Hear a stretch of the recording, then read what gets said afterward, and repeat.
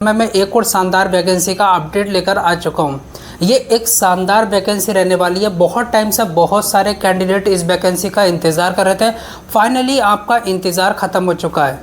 India के अंदर जितने भी अर्धसैन्य बल हैं, पैरामिलिट्री फोर्सेस हैं, उन्होंने अपनी अपनी एसआई की वैकेंसी जारी कर दी हैं।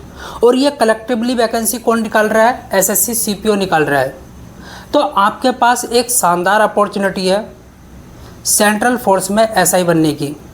देखिए, स्टेट की वैकेंसी तो निकलती रहती हैं, जैसे कि उत्तर प्रदेश एसआई दरोगा, बिहार दरोगा, एमपी दरोगा, राजस्थान दरोगा, ये वैकेंसी निकलती रहती हैं। बिहार में एसआई की भर्ती चल रही है अभी भी, मतलब कि वैकेंसी चल रही है। तो यहाँ पर आपके पास एक शानदार अपॉर्चुनिटी है। सब कुछ मैं आपको यहाँ पर बतलाने वाला हूँ। कौन आवेदन कर सकता, कौन नहीं कर सकता, और किस फोर्सेज में कितनी वैकेंसी देखने को मिल रही है एसआई की, एज क्या मांगी जा रही है, क्वालिफिकेशन क्या मांगी जा रही है, और किस तरीके से यहाँ पर सिलेक्शन होने वाला है। लेकिन आपको यहाँ पर मेहनत तो करनी होगी अगर आप एसआई की पोस्ट चाहते हैं तो। और मैं आपको ये भी बतलाऊँगा आपको जो है कहाँ पर अप्लाई करना चाहिए। चलिए शुरू करते हैं। अगर मैं टोटल पोस्ट की बात करूँ तो यहाँ पर टोटल वैकेंसी 3073 देखने को मिल रही है। कितनी? 3073। पोस्ट नेम की बात करूं, एसआई, सब इंस्पेक्टर दरोगा। ओके। दिल्ली पुलिस डिपार्टमेंट में टोटल कितनी वैकेंसी देखने को मिल रही है एसआई की? मेल और फीमेल कैंडिडेट की मिलाकर 212। मेल की कितनी है? 142 और फीमेल की 70। टोटल कितनी है? 212। सीआरपीएफ मेल की 1006, फीमेल की 23 और टोटल जो है 1029। बीएसएफ ये पैरामिलिट्री फोर्स है, यहाँ पर जो है 223। आईटीबीपी 233। सीआईएसएफ 1294। एसएसबी 82। आपको जो है मौका मिल रहा है पैरामिलिट्री फोर्स में एसआई बनने का। वैकेंसी बहुत ज़्यादा है, आपको इसका फ़ायदा उठाना चाहिए। आपको जो मेहनत करनी है मात्र एक सीट के लिए करनी है। अब बात कर लेते हैं अप्लाई डेट की। कब से कब तक जो है आप इसका आवेदन कर पाएंगे? देखिए, आप इसका आवेदन 29 सितंबर से लेकर आवेदन चल रहे हैं और कब तक कर पाएंगे? 16 अक्टूबर 2025 तक। ठीक है। अब बात कर लेते हैं करेक्शन डेट की। अगर मानकर चलो आपसे कोई गलती हो गई तो आप उसको कब सुधार पाएंगे? आपको जो है 2 दिन मिलेंगे, 24 अक्टूबर से लेकर 26 अक्टूबर 2025। ओके। एज लिमिट की बात कर लेते हैं। मिनिमम और मैक्सिमम एज आपकी कब से काउंट होगी? 1 अगस्त 2025 से। ओके। अब एज की बात कर लेते हैं, कितनी एज मांगी जा रही है। अगर आप जनरल कैटेगरी के मेल और फीमेल कैंडिडेट हैं तो आपकी जो है एज मिनिमम 18 और मैक्सिमम 25 साल मांगी जा रही है। ओबीसी वालों को 3 साल की छूट मिलेगी और एससी एसटी वालों को जो है 5 साल की छूट मिलने वाली है।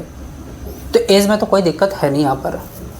अब बात करते हैं फॉर्म फीस कितनी लगेगी। जनरल, ओबीसी, ईडब्ल्यूएस आपको जो है फॉर्म भरने के लिए 100 रुपये अदा करने होंगे। एससी एसटी या इस कैटेगरी की फ़ीमेल है तो आपको कोई भी रुपया यहाँ पर नहीं देना फॉर्म भरने के लिए। ओके।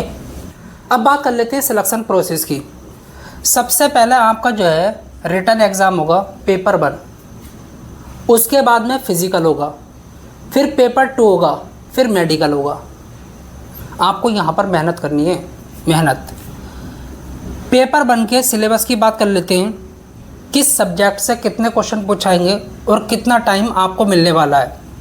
रीजनिंग से 50 क्वेश्चन पूछाएंगे 50 मार्क्स के। जीके और जनरल साइंस से 50 क्वेश्चन पूछाएंगे 50 मार्क्स के। मैथ से 50 क्वेश्चन पूछाएंगे 50 मार्क्स के। इंग्लिश से 50 क्वेश्चन पूछाएंगे 50 मार्क्स के।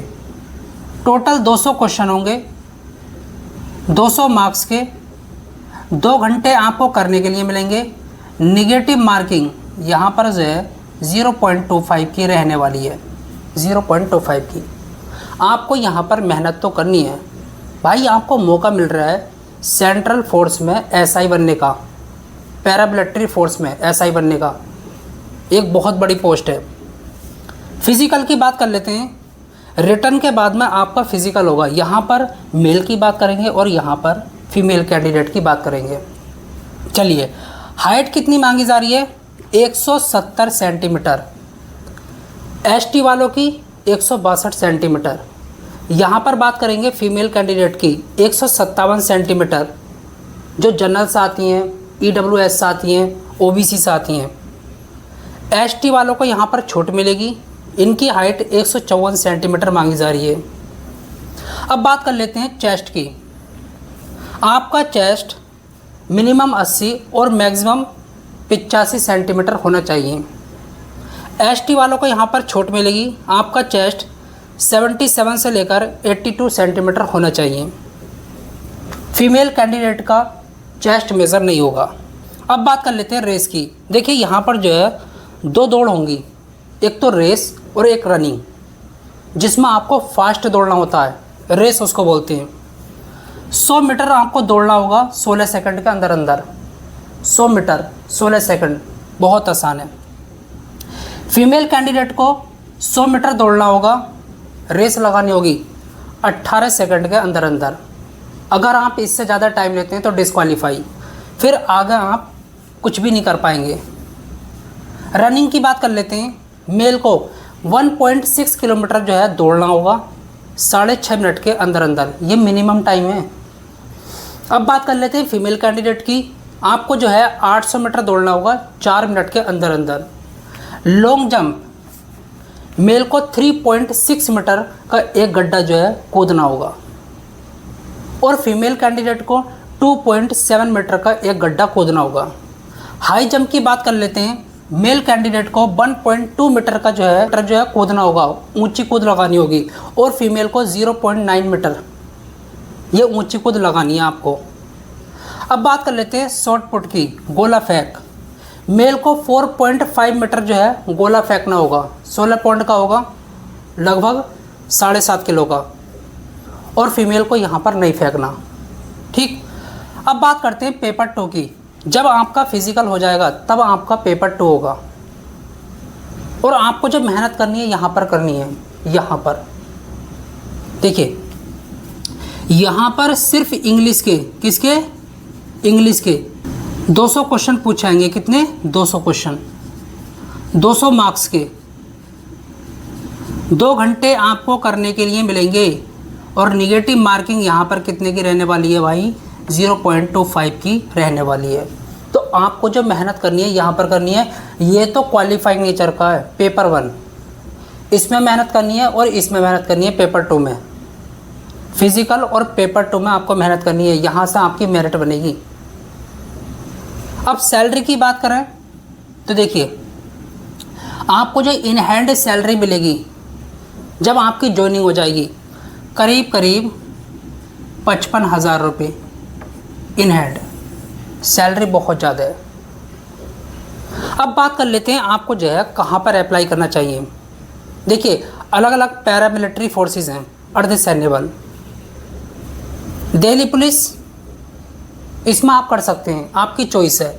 बहुत सारे कैंडिडेट ऐसे होते हैं जिनका मन होता है दिल्ली में जॉब करने का, तो आपके लिए एक शानदार अपॉर्चुनिटी है, आप यहाँ के लिए अप्लाई कर सकते हैं। CRPF, अच्छा, इनका क्या काम होता है? जो इंटरनल इशू होते हैं, लड़ाई झगड़े होते हैं, उनको मेंटेन करना, लॉ एंड ऑर्डर को मेंटेन करना।